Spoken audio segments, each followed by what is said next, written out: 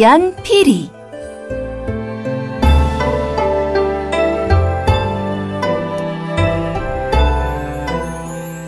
먼 옛날 우리나라는 고구려, 백제, 신라 이렇게 세 나라로 나뉘어 있었습니다.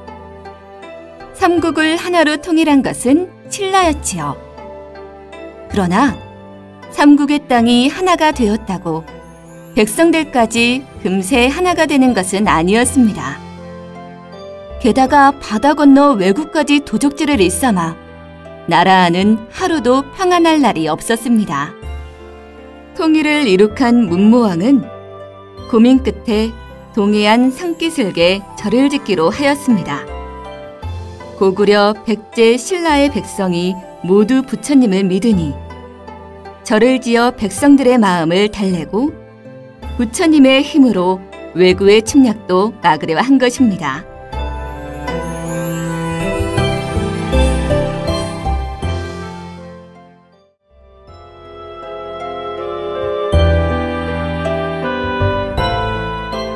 아쉽게도 문무왕은 절이 다 세워지기도 전에 병이 들고 말았습니다.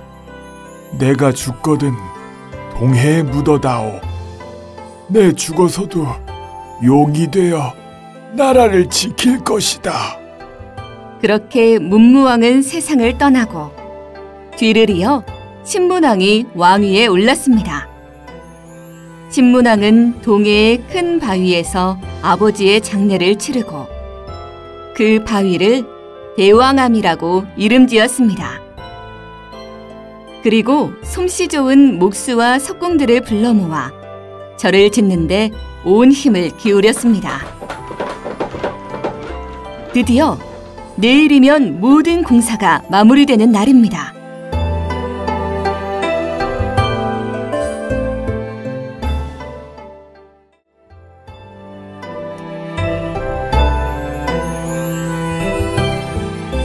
그날 밤, 신문왕은 이상한 꿈을 꾸었습니다.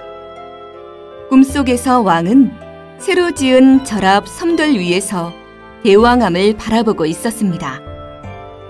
그런데 갑자기 대왕암에서 한 줄기 빛이 솟아오르는 게 아니겠습니까? 오, 아바마마가 정령 용이 되신 게로구나. 커다란 용은 비늘을 번쩍이며 순식간에 신문왕이 있는 섬돌까지 날아왔습니다. 용은 절 안으로 들어가려고 몸을 뒤틀었습니다.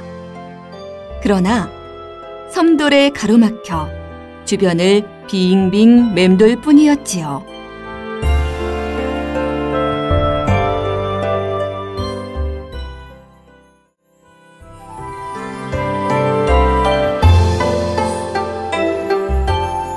신문왕은 아바마마를 부르다가 잠에서 깨어났습니다. 예사롭지 않은 꿈이로다. 밖으로 나가보니 완성된 절이 눈앞에 펼쳐졌습니다. 꿈에서 본 모습 그대로였습니다. 신문왕이 꿈속에서 본 섬돌 앞에 가보니 용이 맴돌았던 흔적이 고스란히 남아있었습니다. 신문왕은 석공을 시켜 섬돌에 구멍을 뚫었습니다. 용이 된 아버지가 자유롭게 절에 드나들 수 있도록 뚫은 구멍이었지요. 그리고 절 이름을 감은사라 지었습니다. 감은사는 아버지의 은혜에 감사한다는 뜻입니다.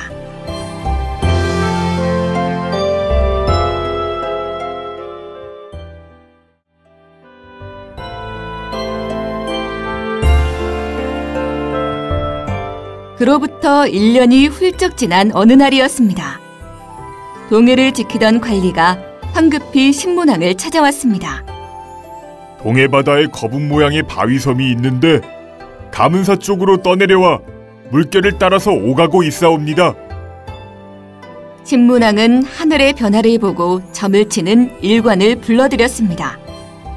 이것이 좋은 일인지 나쁜 일인지 알아보라고 명했지요. 일관은 한참 정귀를 들여다보더니 입을 열었습니다.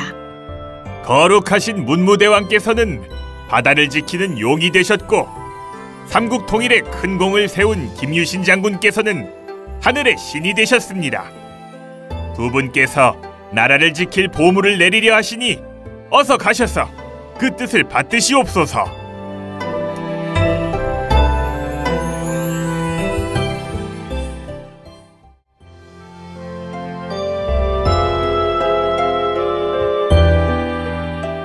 신문왕은 신하들을 거느리고 가문사에 올라 동해를 내려다보았습니다.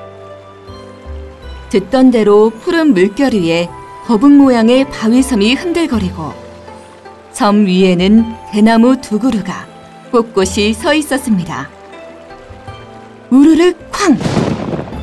그런데 날이 저물기가 무섭게 땅과 하늘이 뒤흔들리더니 두 그루인 줄로만 알았던 대나무가 하나로 합쳐졌습니다. 낮에는 둘이었다가 밤이 되면 하나로 합쳐지는 대나무라니. 신문왕은 날이 밝는 대로 배를 띄우라 명을 내렸습니다.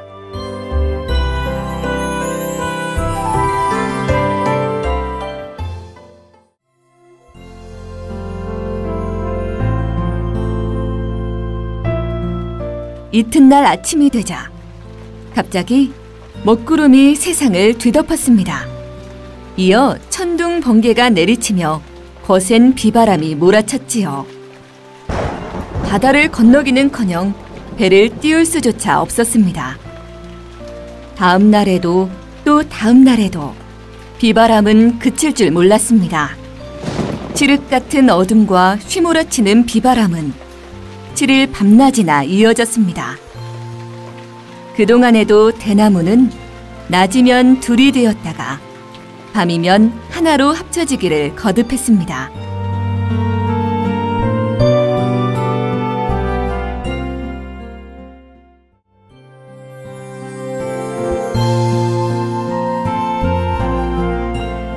그렇게 기다리고 기다린 지 8일째 되던 날 아침, 마침내 어지러운 날은 물러가고 맑게 갠 하늘에 밝은 해가 떠올랐습니다. 신문왕은 크게 기뻐하며 외쳤습니다. 어서 배를 띄워라. 당장 저 섬으로 갈 것이다. 배는 잔잔한 물결을 헤치고 금세 바위섬에 닿았습니다.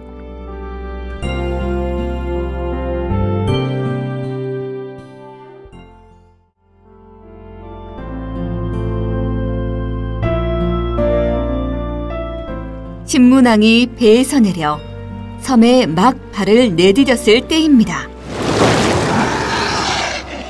바다에서 불쑥 용이 솟구쳐 오르더니 검은 옥으로 만든 허리띠를 공손히 내밀었습니다. 운무대왕과 김유신 장군께서 보내신 선물입니다.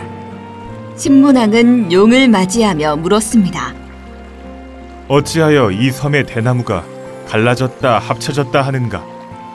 한 손으로 손뼉을 치면 소리가 나지 않지만 두 손으로 손뼉을 치면 소리가 나는 것과 같은 뜻입니다.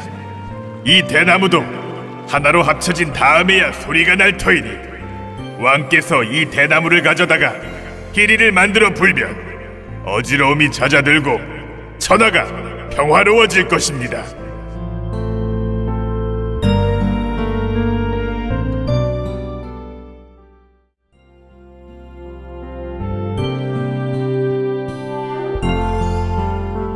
신문왕은 놀랍기도 하고 기쁘기도 하여 옷에 찬란한 비단과 금과 옥으로 용에게 보답을 하였습니다. 그리고 날이 저물기를 기다려 하나가 된 대나무를 베도록 하였습니다. 신문왕이 섬에서 나올 때 보니 산과 용은 호련히 사라져서 보이지 않았습니다.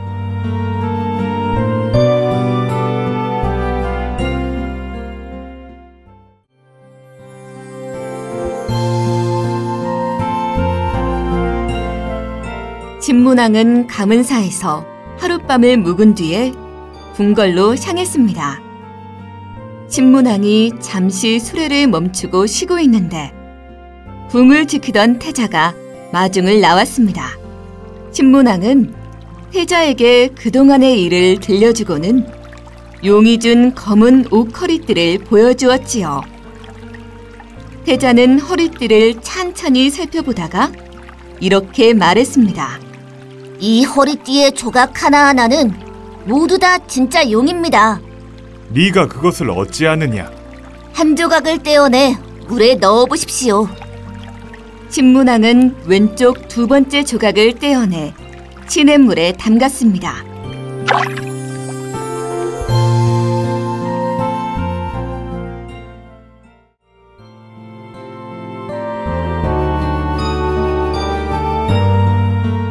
허리띠 조각은 시냇물에 닿자마자 꿈틀대더니 거대한 용으로 변하여 하늘로 날아올랐습니다.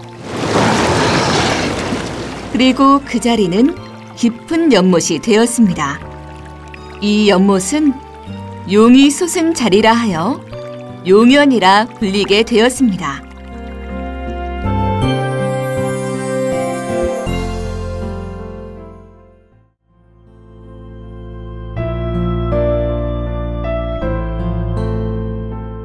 궁궐로 돌아온 신문왕은 대나무로 피리를 만들어 월성 천정고에 고이 모셔두었습니다.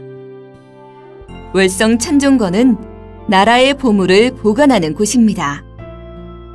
이 피리를 불면 적군이 물러나고 병이 나았으며 가뭄에는 비가 오고 장마에는 날이 개니 바람은 잠잠하고 파도는 잔잔해졌습니다.